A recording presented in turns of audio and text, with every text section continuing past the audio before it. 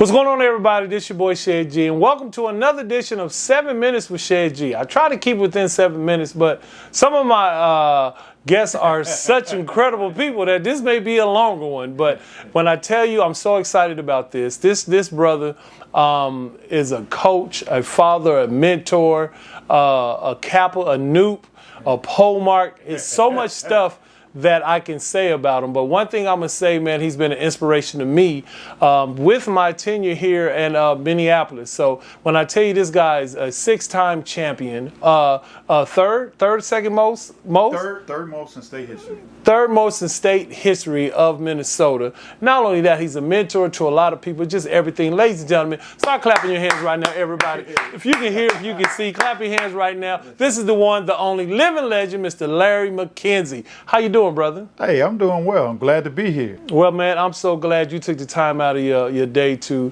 do this with me, man. And I'm going to just get straight into it because we try to keep it just tight. I like that 7 minute thing. That 7 minute thing, you know, people, you know how it is. Yeah. So question number one that I really want to ask you is, like, you've been at all the accolades you have, how did you get into coaching?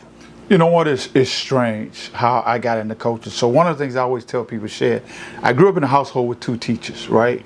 And so for me, coming out of college, the last thing I ever wanted to do was work with kids, be around kids. Never thought it would happen, right? Right. And so I had a good friend of mine, Clyde Turner. A lot of folks may know who that is, played for the Gophers. Mm-hmm. And Clyde was a program manager for Big Brothers in Minneapolis. Mm-hmm. And so Clyde, I say when you're 6'8", Clyde was quite convincing, and talking me into becoming a big brother. Mm-hmm. And so I was matched with a young man by the name of Jules. And so one day Jules was walking through the hallway of Ascension, and he's ear hustling, and he hears the principal say, we may not have a team this year because we won't have anybody to coach the team. Mm-hmm. And so Jules volunteered me to coach his middle school basketball team. Oh, wow. And I always say, and I know your involvement with United Way, I always say that I volunteered, right, expecting to impact the life of a 13-year-old young man, and my life was forever changed. I fell in love with it. Mm-hmm.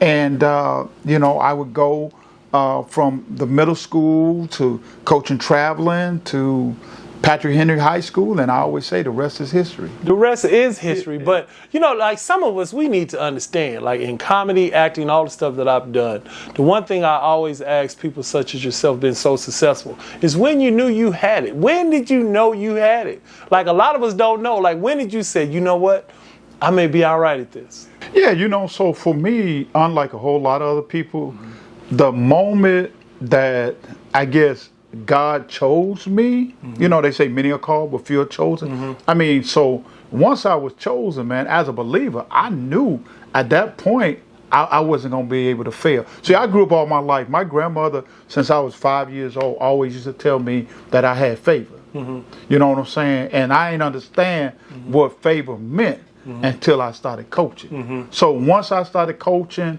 and I always say, I say this all the time, man, I don't take that for granted because of all I came here from Miami, you know what I'm saying? Of all the coaches and people that God could have chose to have this journey, he chose me. Yes, sir. So I knew, I always say all the time, man, if God put you in, he'll bring you out. So when I walked into Patrick Henry High School, right, we win the championships, you know what I'm saying? So I just know that, again, all my life, when God gives you something, man, and that's the thing that people have to learn to discern, right? Sometimes, like for me, right, before I went into coaching, I was into sales. And so, and politics, and that was something that I thought I wanted to do. But coaching was really my assignment from God to change young people's lives. Come on, somebody.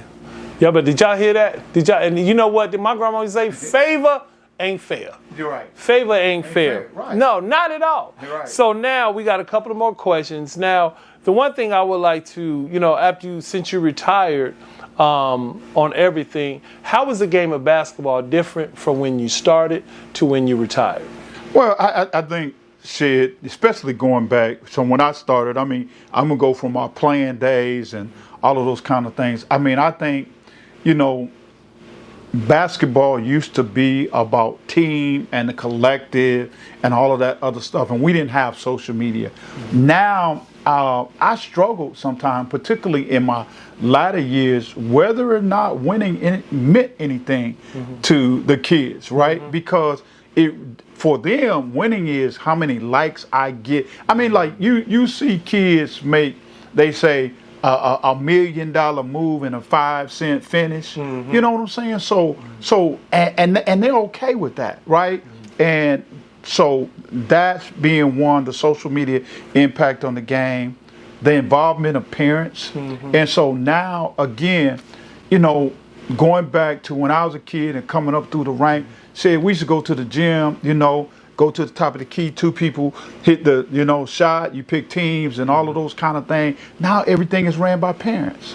And it's all about social status, and it's not really about the game. And for me, to be honest with you, the final decision for me was when Minnesota approved, State High School League approved the NIL. And I'm saying, man, I just could imagine somebody after a game calling me saying, Coach, I need to have a meeting with you. My son didn't play. He got a $500 NIL agreement with the barbecue shack, and you costing me money. You know, and I'm like, I'm too old for that stuff. Right. And, you know, that's a whole nother discussion. A whole nother discussion. But I think the game has changed, man. It's, you know, even you look at, for example, the most recent draft, right? The best player in the NCAA, Player of the Year, Drew Timme from Gonzaga. I mean, no traditional centers went in the draft. So the game has changed. I mean, it's you know, they like to say it's a positionless game now, right? 5 out, you know, nobody plays with their back to the basket. It just changed a lot. And for me, I always say this, you know, because I was starting to struggle with that, and I understand, like, time changed and the game changed. And so for me, I just think it was at the point, like, this is a young man's game. They got to deal with this nonsense. I'm not, you know what I'm saying? I'm too old. And I'm too much of a traditionalism and my love for the game, you know what I'm saying? And what it does, man, what people forget is, to me, you think about it, sports, right? When you hear those guys on TV, 2 things that they always do, man, to have impact. They thank their mom, and they thank their coach. And most times it's the high school coach for the impact that they had. And I just think a lot of that was going away, man. Now, that's a good segue into that. So I don't want to put nobody out there or whatever. We're not going to just say, but, you know, sometimes who are some of the players, like give me like maybe 1 or 2 players that really affected you on and off the court. And it's no diss to anybody, you know. So if you play for Coach McKinney, don't get upset. This is just something that we just like somebody, like I'm gonna give you an example. Tyler Johnson. To me, because I was on your later years, I watched Tyler Johnson come in and save a high school in the urban community and literally like save it sports wise. So he made a great impact for me watching him, what he did for football and basketball. Absolutely. Who's someone that you say was an individual that did that for you? Well, you know, first of all, I'll start with 3 guys. When I took one of the things is I remember taking my son to high school game, watching Minneapolis Patrick Henry and North play, right? And I'm sitting behind Patrick Henry bench, and I'm looking at those guys play, and I'm looking at, like, man, this talented team, but they're so undisciplined, right? I mean, these kids got talent, and they're undisciplined. So I remember when I became head coach, the first thing that I did, I went to the locker room. I met with Tony Travis, Greg Patton, and Johnny Gilbert. And the thing that I said, like, we're going to be different, right? I'm only going to coach student athletes. So if people not serious about books, they're not going to play for me, right? My thing of it is that if you play this game, I watched so many kids, man, honestly, in North Minneapolis play basketball and never got a chance to leave the streets. And so I wanted to do something different. You know what I'm saying? Living in the community, seeing that. So I told them, look, we're gonna do something different, and all of you guys gonna go to college, and that's what happened. So those three guys, I mean, they set the tone for what type of program and even what type of. So who was it again? Who was it? Tony Travis, Greg Patton, okay, and Johnny Gilbert. I mean, those three. I give them a lot of credit, man, for my success because they laid the foundation. Right. Now, we had, guys, and I always say, guys like Tyler and even my son, Lawrence McKenzie, like they came and helped put the walls up and the curtains and the paint and all of that kind of stuff. But Tony Travis, Greg Patton, and Johnny Gilbert, they laid the foundation. So, as we leave, what's for you life after coaching? Well, you left a legend. You left a legend. So now what is it that for you after coaching? Well, Shed, in all honesty, one of the reasons that I left when I did, man, God had put into my spirit that I had a great career. Mm-hmm. I learned a lot of stuff. And Grandma used to say, having knowledge and not sharing it is like having an atomic bomb and never dropping it. Come on now. You know what I'm saying? Somebody. And so for me, what my passion is now, I'm in the midst of developing a program, Coach Like a Champion Coaches Academy. Mm-hmm. Coach McKenzie, Coach Like a Champion Coaches Academy. And so I'm developing a curriculum.